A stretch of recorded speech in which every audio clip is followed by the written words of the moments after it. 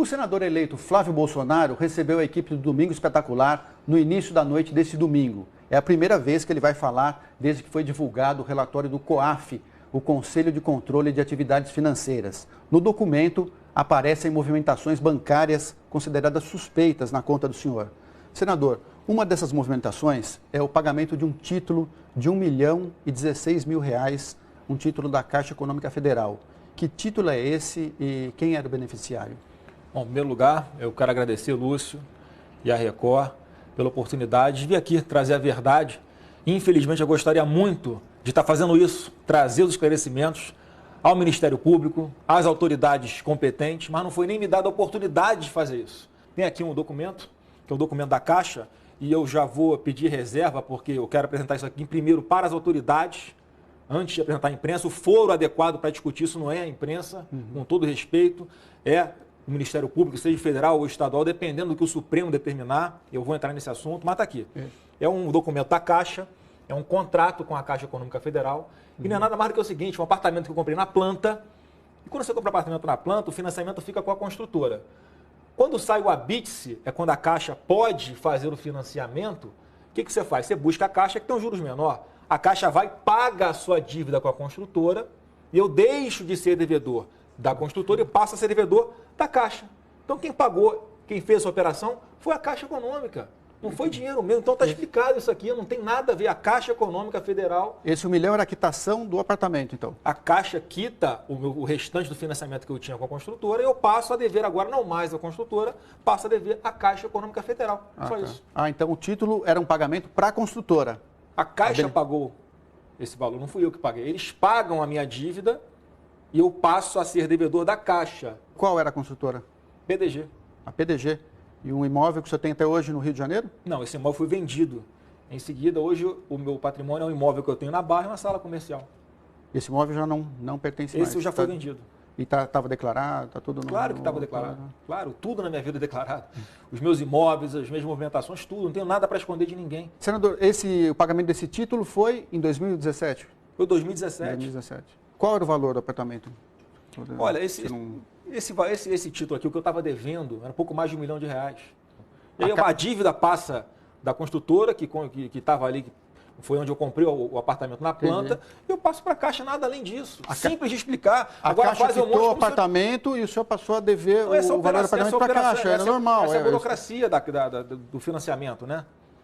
Então, assim, não tem nada demais nessa questão aí, por exemplo. Esse apartamento depois foi vendido já depois que o senhor terminou o financiamento com a Caixa? Não, foi vendido. Foi encerrado. Foi vendido em seguida esse apartamento. Então, se procurar lá na conta, acabou que houve um atraso na entrega do imóvel e eu precisei vender. Então, todo mês tem o pagamento para a Caixa, depois disso... Débito na conta. Senador, uma outra questão que levantou suspeita no relatório do COAF. Entre junho e julho de 2017, no prazo de um mês, o senhor recebeu 48 depósitos em torno de R$2 mil.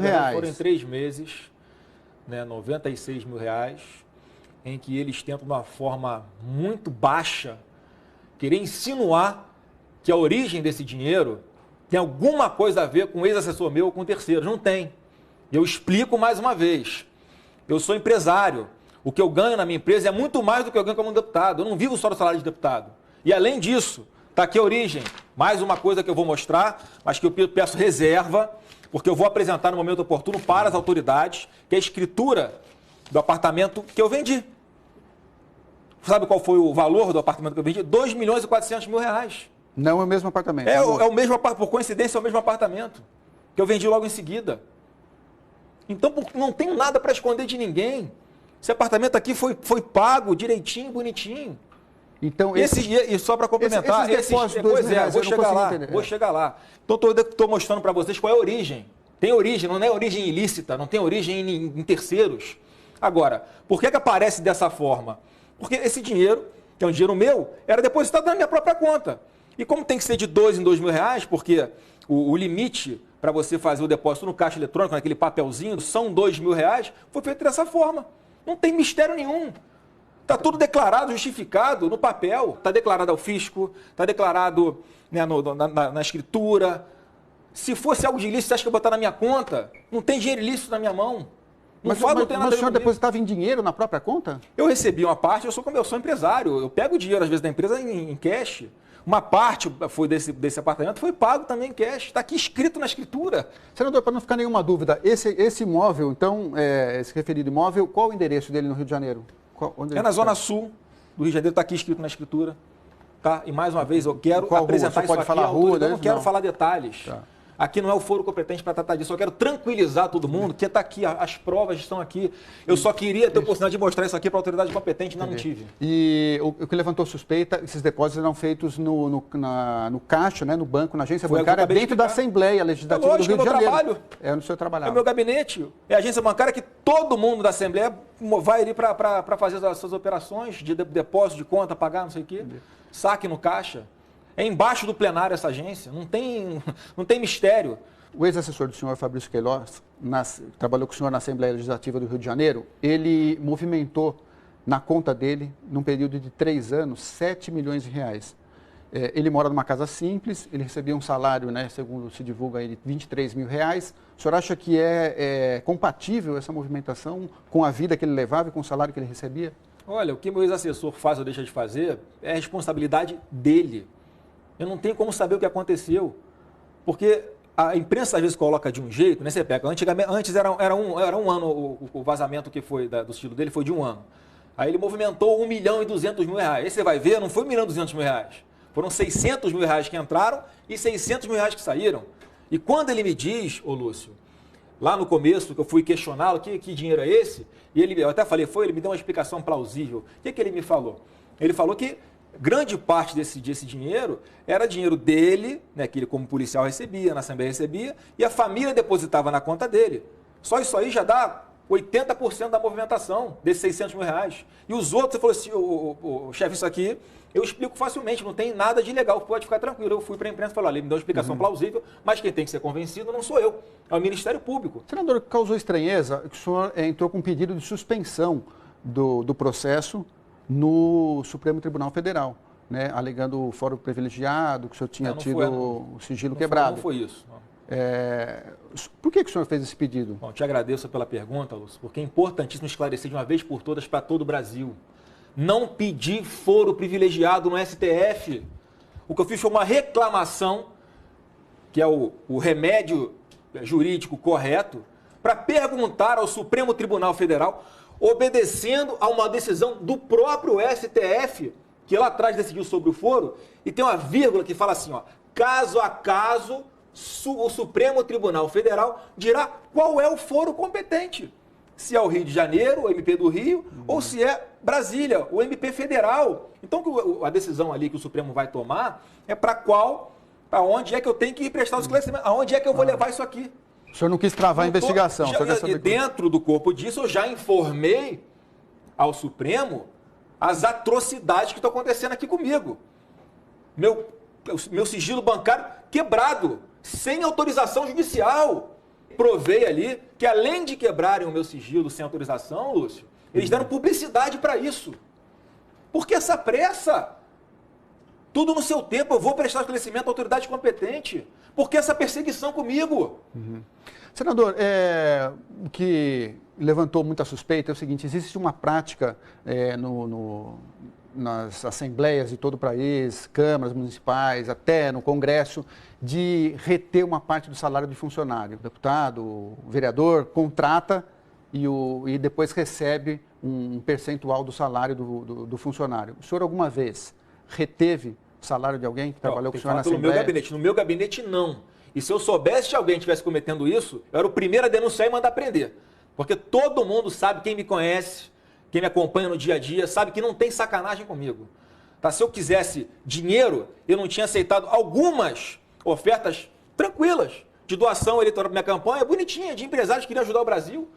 Recusei milhões de doações de campanha. Não quero fazer, e digo mais, em alguns períodos no meu gabinete, cargos ficaram vagos. Se eu tivesse o intuito de ganhar dinheiro com isso, acho que ia deixar cargo vago.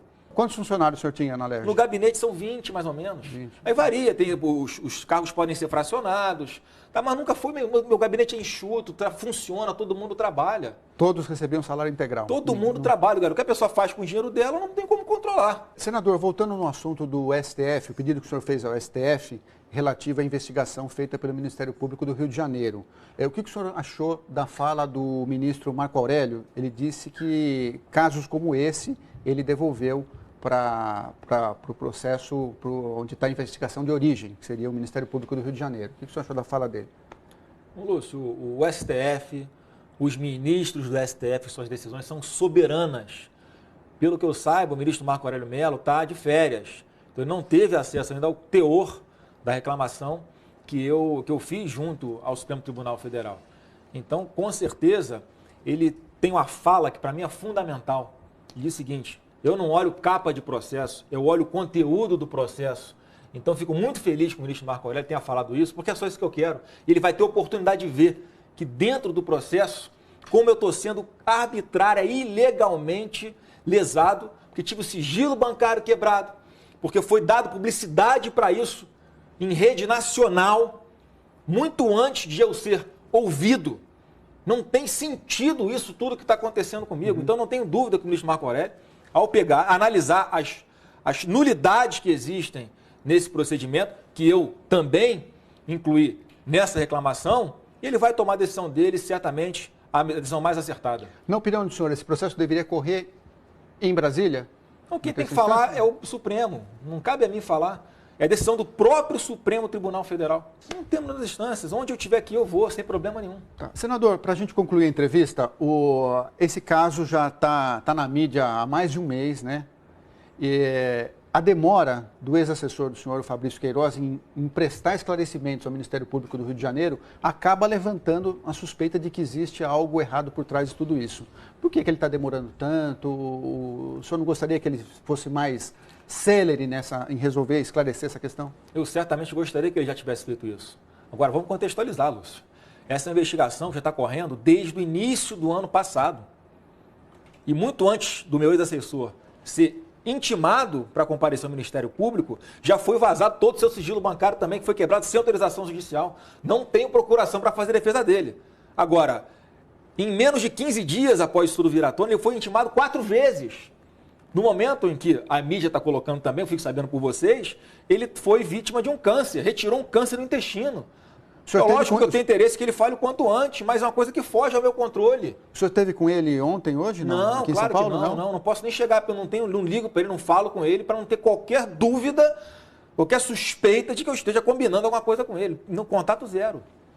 Ok. Agradeço a entrevista. Tá bom, agradeço. Muito obrigado.